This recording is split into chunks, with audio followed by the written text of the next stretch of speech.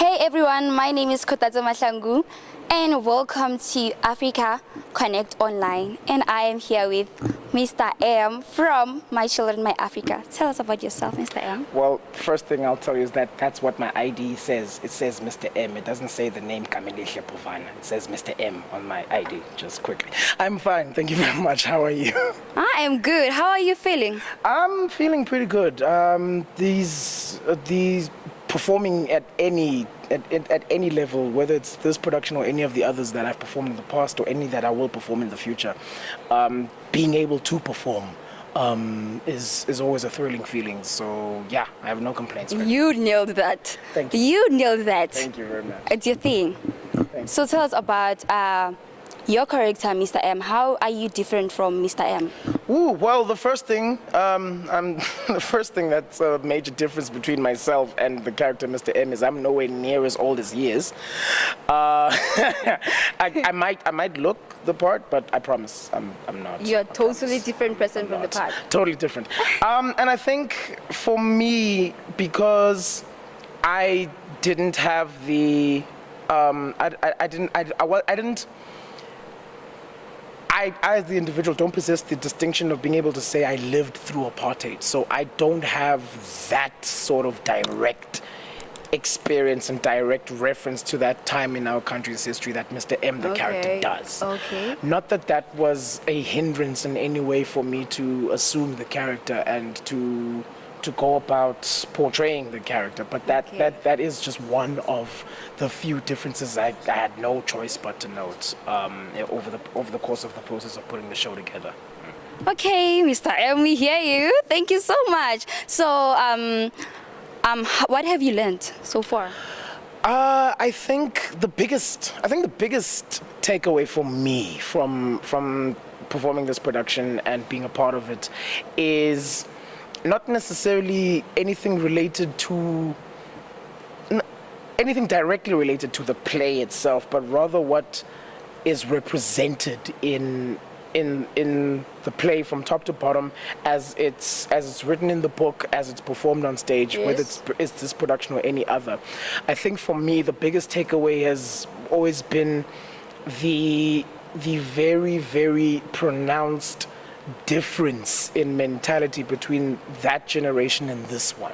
Okay. As far as our views of the issues that plague society, back then versus the issues that plague society today. No. And I think over the course of the amount of time that's passed, there is still that element of a difference in opinion, a difference in perspective between the generations that has forged a gap between the generations that isn't all the way like sealed and closed right now because of how sharp these differences are, and the inability, I think, on both sides of this generational divide to find some sort of common ground, to find some point where we go, okay, cool, here we are with yes. our separate perspectives. How can we meet in the middle on yes. this? I think that's what we're still missing in present day society. We're definitely missing it back then. Definitely. Yeah. So, Mr. M, let's go back to the play. Why do you think Mr. M deserved to die? Do you think Mr. M deserved to die? That's unfortunately that's not up to me to decide definitively.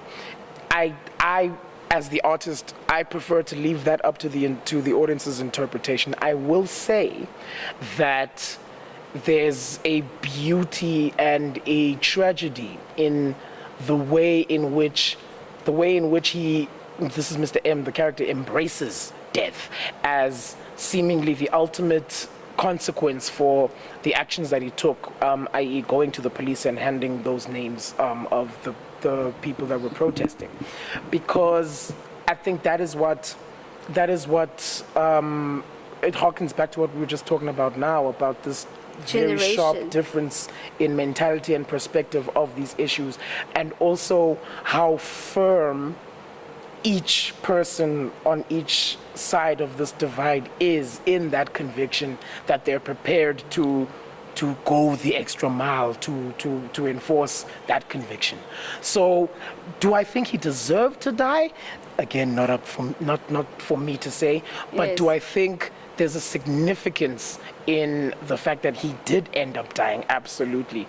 That in its the fact itself is what actually inspired Ethel Fugard to write the play to begin with, Okay. because he read an article from a newspaper about a teacher who was necklaced by a group of protesting students, and that reading that tragic story formed part of what inspired him to write the play that we now know as My Children, My Africa. So Okay. on that level, that's what I mean when I talk about the significance and me not being able to ignore that significance. Okay, Mr. M, I want to ask you, why is the bell so important to you? I mean, you love the bell. You can do anything for the bell. So I want to know.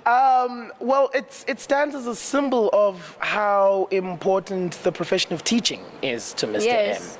M. I mean, we're sitting right. I don't know if the cameras can catch this lovely quote by Confucius that Mr. M lives by. Yes. And that also stands as a beacon of representation for how serious Mr. M takes his job as a teacher, for how much the profession of teaching means to Mr. M. He's dedicated his entire life He loves to it. it. He's sacrificed Valentine's days, birthdays, You can count love them all. life, social life of any kind to this profession of teaching.